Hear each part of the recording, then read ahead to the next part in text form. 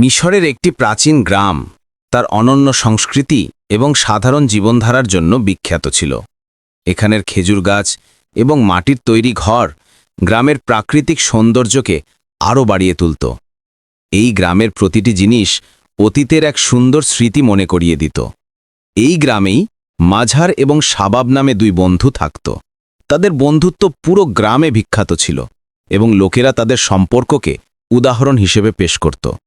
তাদের বাড়ি যেমন কাছাকাছি ছিল, তেমনি তাদের হৃদয়ও একে অপরের জন্য গভীর ভালোবাসায় পরিপূর্ণ ছিল। মাঝারের বাড়িতে তার স্ত্রী এবং ৩ সন্তান সুখে শান্তিতে থাকত এবং সে পেশায় একজন পরিশ্রমী কারিগর ছিল, যে দিনরাত পরিশ্রম করে নিজের রুজি কামাই করত। অন্যদিকে শাবাবের ২ সন্তান এবং একজন স্ত্রী ছিল এবং তার কোনো কাজ বা পেশা ছিল না, বরং সে একজন শিকারী ছিল, যে জঙ্গলের গভীর উপত্যকায় গিয়ে শিকার করত। জঙ্গলের পশুপাখি শিকার করা তার জীবনের অংশ হয়ে উঠেছিল এবং সেই শিকারের মাধ্যমেই তার সংসার চলত। একদিন মাঝার শাবাবকে বলল, আমার ভাই, আমি তোমার সাথে একটা কথা বলতে চাই। আমার বেশিরভাগ সময় কাজেই কাটে এবং যখন আমি বাড়ি থেকে দূরে থাকি তখন আমার বাচ্চারা একা থাকে। আমার জীবনের সবচেয়ে বড় ভয় হলো এই যে তারা একা থাকার কারণে কোনো সমস্যায় না পড়ে যায়। যদি তুমি আমার উপর একটা ছোট্ট উপকার করো তবে বড় মেহেরবানি হবে। শাবাব সঙ্গে সঙ্গে জবাব দিল, আরে ভাই, উপকারের কি কথা? তোমার কথা তো আমার মাথার ওপরে। মাঝার বলল, ভাই, তুমি এমনিতেই সারাদিন ফাঁকা থাকো, তাই যদি কখনো সময় পাও তবে আমার বাড়ির একটু খেয়াল রেখো। শাবাব এবং মাঝারের বন্ধুত্ব দিন দিন মজবুত হতে থাকল এবং দুজনেই একে অপরের সাথে ভালো সম্পর্ক বজায় রেখে চলত। একদিন মাঝারের বৃদ্ধ বাবা, যিনি এক দূরবর্তী এলাকায় থাকতেন, হঠাৎ তাদের বাড়িতে এসে পৌঁছালেন এবং কিছুদিন সেখানেই অবস্থান করলেন। মাঝারের বাবা ছিলেন একজন অত্যন্ত জ্ঞানী এবং অভিজ্ঞ মানুষ। যখন তিনি শাবাবের সাথে কথা বললেন এবং তার আচরণ পরীক্ষা করলেন, তখন তিনি সঙ্গে সঙ্গে শাবাবের নিয়ত ধরে ফেললেন। সন্ধ্যায় যখন মাঝার বাড়ি ফিরিল, তখন বাবা তাকে আদর করে বোঝালেন, বেটা, শাবাব একজন বন্ধু হিসেবে ঠিক হতে পারে, কিন্তু বাড়ির গোপনীয়তা এবং দায়িত্ব তাকে দেওয়া বুদ্ধিমানের কাজ নয়। লোকটিকে আমার ভালো মনে হয় না, এর সাথে সম্পর্ক শুধু বন্ধুত্ব পর্যন্তই সীমাবদ্ধ রাখো। মাঝারের কাছে তার বাবার এই কথা খুব খারাপ লাগল, কিন্তু সে চুপ করে রইল, কিছু বলল না। পরের দিন মাঝারের বাবা আবারও তাকে কঠোরভাবে বললেন, বেটা, শাবাবের সাথে বেশি সময় কাটিও না এবং না তার সাথে বেড়াতে যেও, সে বিশ্বাসের যোগ্য নয়। মাঝার বাবার কথা এক কান দিয়ে শুনল এবং অন্য কান দিয়ে বের করে দিল।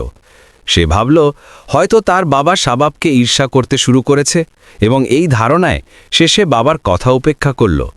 নিজের বন্ধুত্বের প্রতি বেশি গুরুত্ব দিয়ে কিছুদিন পর মাঝারের বাবা নিজের গ্রামে ফিরে গেলেন এবং জীবন আবার স্বাভাবিকভাবে চলতে থাকল। একদিন মাঝার তার কাজে গিয়েছিল এবং শাবাব সুযোগ পেয়েই তার বাড়িতে এলো। সে মাঝারের স্ত্রীর সাথে অনৈতিক কথা শুরু করল এবং তার নাপাক উদ্দেশ্যের জন্য টাকার প্রস্তাব দিল। মাঝারের স্ত্রী, যিনি একজন বুঝধার এবং ভদ্রমহিলা ছিলেন, তাকে কঠোরভাবে নিষেধ করলেন, কিন্তু শাবাব, যে এখন তার নোংরা উদ্দেশ্যে অটল ছিল, আরও জোর দিতে লাগল।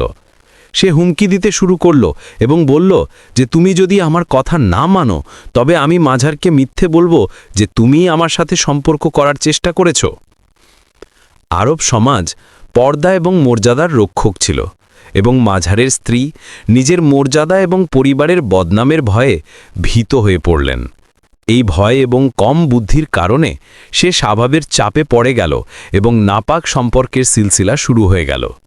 এই সম্পর্ক আর একদিনের ব্যাপার রইল না, বরং প্রতিদিনের রুটিন হয়ে গেল। সময় কাটতে থাকল এবং মাঝার অজ্ঞাত থেকে তার দৈনন্দিন জীবনে ব্যস্ত রইল। মাঝারের স্ত্রী মন থেকে অনুতপ্ত ছিল এবং নিজের পাপের কারণে তার সাহস হল না যে সে তার স্বামীকে বাস্তবতা বলতে পারে। একদিন মাঝারের বাবা এবং মা হঠাৎ তাদের বাড়িতে এসে পৌঁছালেন। তারা বাড়িতে এমন একটি দৃশ্য দেখলেন যা তাদের হৃদয়ে যেন বজ্রপাত ঘটাল। শাবাব এবং মাঝারের স্ত্রীকে একসাথে দেখে তারা হতভম্ব হয়ে গেলেন। মাঝারের বাবার রাগ আকাশ ছুঁয়ে গেল। তিনি শাবাবকে ধরে বেধড়ক মারলেন এবং মাঝারের স্ত্রীকেও কড়া ধমক দিলেন। এই মুহূর্তটি মাঝারের বাবা মার জন্য সহ্যের অতীত ছিল এবং তাদের চোখে সব কিছু ঝাপসা হয়ে গেল। যখন মাঝার সন্ধেই বাড়ি ফিরল, তখন তার বাবা তাকে সজোরে একটি চড় মারলেন এবং রাগে বললেন, এই সব তোমার উদাসীনতার ফল। আমি তোমাকে আগেই সাবধান করেছিলাম যে শাবাব বিশ্বাসীর যোগ্য নয়, কিন্তু তুমি আমার কথা উপেক্ষা করেছ, যার এই ফল হয়েছে। মাঝারের উপর এই সব শুনে যেন কিয়ামত নেমে এলো। সে লজ্জিত এবং বিস্মিত হয়ে দাঁড়িয়ে রইল। তার রাগ ছিল শাবাব এবং স্ত্রীর উপর। মাঝার, যে মন থেকে একজন সৎ এবং ভালো মনের মানুষ ছিল, সব কিছু শুনে মাটিতে বসে পড়ল এবং উচ্চ স্বরে কাঁদতে শুরু করল। তার চোখের জলে দুঃখ এবং অসহায়ত্বের ঝড় ছিল। তার উপলব্ধি হল যে এই মুহূর্তটি তারই অসতর্কতার ফল। হৃদয়ে ভারী বোঝা নিয়ে মাঝার সিদ্ধান্ত নিল যে সে তার স্ত্রীকে তালাক দেবে। কিন্তু তার বাবা কঠোরভাবে বললেন, এই ভুল শুধু তোমার। তুমি শাবাবের মতো লোককে বাড়িতে প্রবেশের অনুমতি দিয়েছ। কিন্তু মাঝার তার স্ত্রীর উপর বিশ্বাস হারিয়ে ফেলেছিল এবং শেষ পর্যন্ত তালাক দিয়ে দিল। স্ত্রীর উপর যেন কিয়ামত নেমে এলো, কিন্তু এটা তার নিজের কর্মের শাস্তি ছিল। যদি সে প্রথমবারই মাঝারকে সত্যিটা বলে দিত, তবে হয়তো এসব হতো না। মাঝার শাবাবের পিছনে পড়ল, কিন্তু সে কোনোভাবে তার হাত থেকে বেঁচে গেল। সময় কাটতে থাকল এবং একদিন মহল্লায় খবর এলো যে একটি ঝুপড়িতে আগুন লেগেছে, যাতে এক মহিলা এবং শিশুরা পুড়ে মারা গেছে। মাঝারও আগুন নেভানোর লোকদের মধ্যে ছিল। যখন আগুন নিয়ন্ত্রণে আনা হলো এবং ভেতর থেকে লাশ বের করা হলো, তখন এই দৃশ্য দেখে সবাই হতবাক হয়ে গেল। এদের মধ্যে একটি লাশ ছিল শাবাবের, দ্বিতীয়টি মাঝারের স্ত্রীর এবং দুটি তার মাসুম বাচ্চাদের। মাঝার এই দৃশ্য দেখল তো তার হৃদয় কেঁপে উঠল।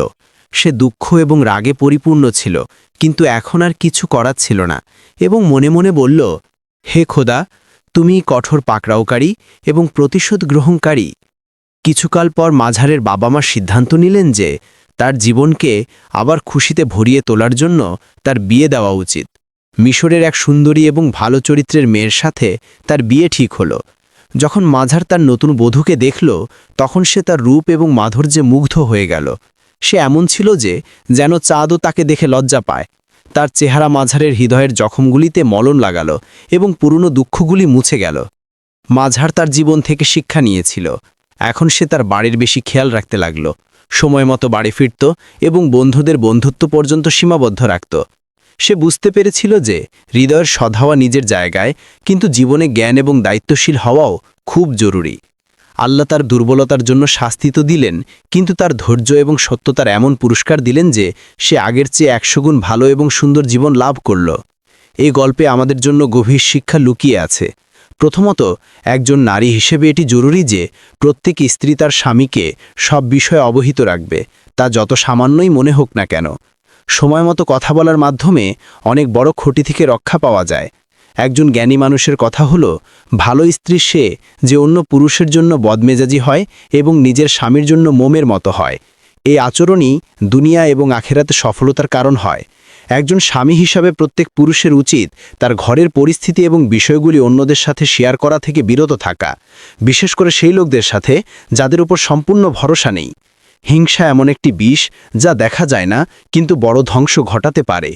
যে কোনো পুরুষের সম্মান এবং দায়িত্ব এর দাবি করে যে সে তার স্ত্রী, মা, বোন এবং মেয়ের ব্যাপারে কঠোর মনোভাব রাখবে এবং তাদের নিরাপত্তা নিশ্চিত করবে। এটাই শরম, হায়া বা লজ্জার মর্যাদার ভিত্তি। একজন পুত্র হিসেবে আমাদের বোঝা উচিত যে বাবা মায়ের কথায় সবসময় জ্ঞান লুকিয়ে থাকে। তারা জীবনের তিক্ত অভিজ্ঞতা সম্পর্কে অবগত থাকেন এবং তাদের উপদেশকে গুরুত্বের সাথে নেওয়া জরুরি। যদি মাঝার তার বাবার কথা গুরুত্বের সাথে নিত, তবে সেই ক্ষতি থেকে বেঁচে যেতে পারত। বন্ধু হিসাবে যদি কেউ আপনার উপর ভরসা করে, তাহলে এটা আপনার কর্তব্য যে সেই ভরসাকে আঘাত না করেন। সত্যিকারের বন্ধু সেই হয় যে তার বন্ধুর মর্যাদা এবং সম্মানকে নিজের জানের চেয়েও বেশি প্রিয় মনে করে। সবশেষে এই ঘটনা আমাদের মনে করিয়ে দেয় যে আল্লাহর দরবারে দেরি আছে, কিন্তু অন্ধকার নেই।